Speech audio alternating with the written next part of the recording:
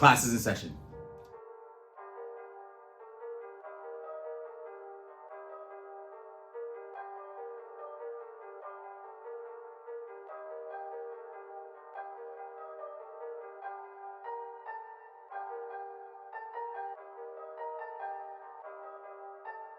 Hey, what's up guys and gals? So in today's video, I wanted to give my quick thoughts on Gotham Knights. So I picked it up for the PS5 just yesterday. I haven't even had the game for a full 24 hours yet, and I've already made the decision to return it.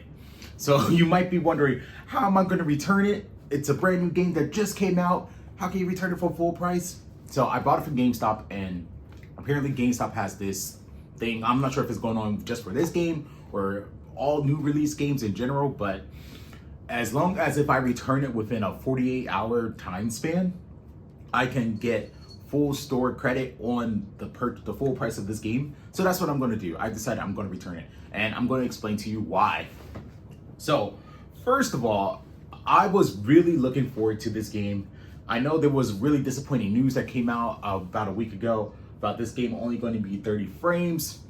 If it were just that, if that was the only problem, then I wouldn't mind it. Although the 30 frames, when I play the game, it does bother my eyes. It makes me feel nauseated after a while, especially for like a fast, well, not super fast, but like an action-packed game. Like, you know, you really do need the 60 frames. And this is the type of game that has you like riding around on like vehicles and gliding through the air and fighting multiple enemies on screen at one time. And gliding, zip lining through, you know, with a grappling hook or whatnot. So a game like this would really benefit from having 60 frames per second. And I think that was a really poor choice for the developers to not include the 60 frames from launch. I don't know if they ever have plans in the future to add it, but if I were them, I would try to patch it in the game ASAP. I think it will really help boost the user scores that it's been getting. And it's been getting ripped apart, like ever since like 2 days before release. Like I haven't seen user scores this low in a while, honestly. Maybe since like Babylon Fall. Or yeah, nonetheless, like, so I try to look past the user scores and try to just play this game and experience it for myself, hoping that I will still enjoy it. And I want to say that it's not a terrible game, it's just okay. It's mediocrity at its best. So for example, the combat, it's too simplistic. Not only do the 30 frames like kind of throw off the combat, because like now like enemies will hit you and you're not anticipating it because like the frames throw you off, or you're just not, you know, fully focused or fully engaged. But the combat is not really engaging at all. Like there's only one button for like melee attacks, and then I think they have a button for dodging and a button for throwing like projectiles or whatnot. And yeah, there's no way you can mix it up and add new combos or whatnot. Of course, you can add more skills, but that's about it. So it's not truly engaging. And I'm not sure what's going on. Like, I'm not sure if this game was made by the same folks that made the Gotham Asylum. Sorry, not Gotham. The Arkham Knight series. But they had the blueprint nonetheless in front of them. They had the blueprint. All they had to do was just add on to that. Kind of like what Spider-Man Miles Morales did. I didn't get that. Could you try again? Shut up, Siri. Kind of like what Spider-Man Miles Morales did. They just took what the previous Spider-Man game on the PS4 already did and just added to it. Like just gave you more like power-ups and features and just made it more awesome, more amazing. This game nonetheless, it took away what Gotham, I keep saying Gotham, what Arkham Asylum already had, and just stripped it all away. Like for example, the Batmobile sequence. When you call the Batmobile will just come to you, just speed up out of nowhere, and then you kind of just like jump into it, and it had that really nice, cool looking animation. Then you're just like speeding off in the Batmobile. Or if you're like launching out of the Batmobile, it'll just like send you flying in the air, and then you're like floating down and whatnot. This game, when you call the Bat Cycle, the motorcycle will just appear out of just nowhere just randomly. But like, it's not like it appears in front of you. Sometimes it appears off in the distance, and you gotta kind of look around for it or signal for it just to like locate where it's actually at. And that is extremely just frustrating. Like, you go from like this cool, like awesome scene versus like now you got like, oh, you call the motorcycle and you gotta like look for it, even though you summoned it and it's supposed to be appearing in front of you. You shouldn't have to summon it and then go look for it. You know what I'm saying? But I feel like I'm not sure if there's a patching they can do for this game.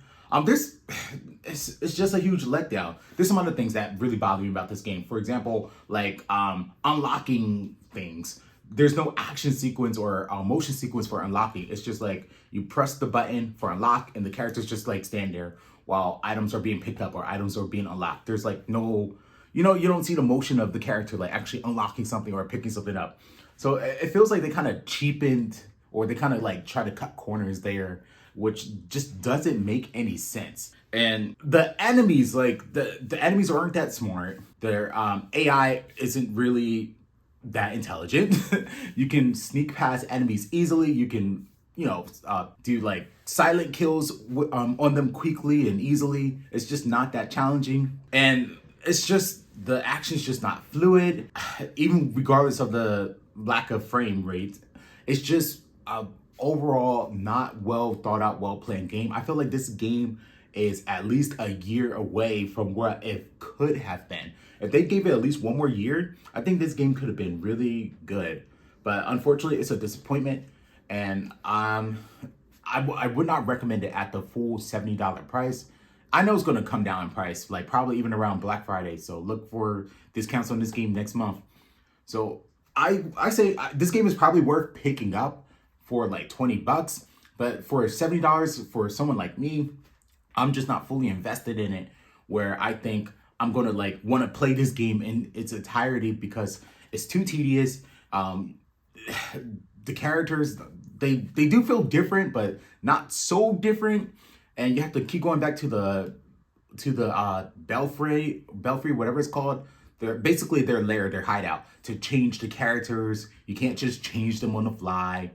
You can't change them in the middle of a mission. So you started a mission with one character, you got to finish that mission with that character. It's just too many frustrating things, and then it's really, really grindy too. And yeah, that's a whole nother topic in itself, like how grindy the game is. Nonetheless, Gotham Knights is unfortunately, I say, a pass, unless you get it at a really good price, maybe around the $20 range. But don't pay the full price for it. You can skip this one, guys. Anyway, that's all I really have to say about this one. If you guys like this video, make sure you leave a like, comment, and subscribe. Make sure to share this video all around the world with your family and friends. I'm sorry, I'm just can't talk today. But nonetheless, what are your thoughts about this video? What are your thoughts about this game? I really want to know, because I'm honestly disappointed. I tried to give it a chance. I thought I would like at least some aspect of it, but I just really don't like it. And I think I gotta take GameStop up on that offer and return it for full store credit while I have the opportunity to do so. Get a game like, I don't know, maybe I'll reserve Sonic Frontiers or something like that, because I already reserved like God of War Ragnarok, and Bayonetta 3 is coming out next week, and I'm definitely gonna pick that up day one. And oh yeah, real quickly, while I was there, I picked up Bayonetta on the Switch, the original Bayonetta. This game, I've never played it when it was out on the PS3 and 360. This game is freaking awesome. It's an old game, but it's amazing. And it's a shame that a game like this still holds up. Meanwhile, a game that comes out in the year 2022 just does not feel fun. Like, games should be fun. Game developers, games should feel fun. It shouldn't feel like a chore. They should be fun. That's all I have to say. I know it was a long outro, but until the next one, guys, I'm out. Class dismissed.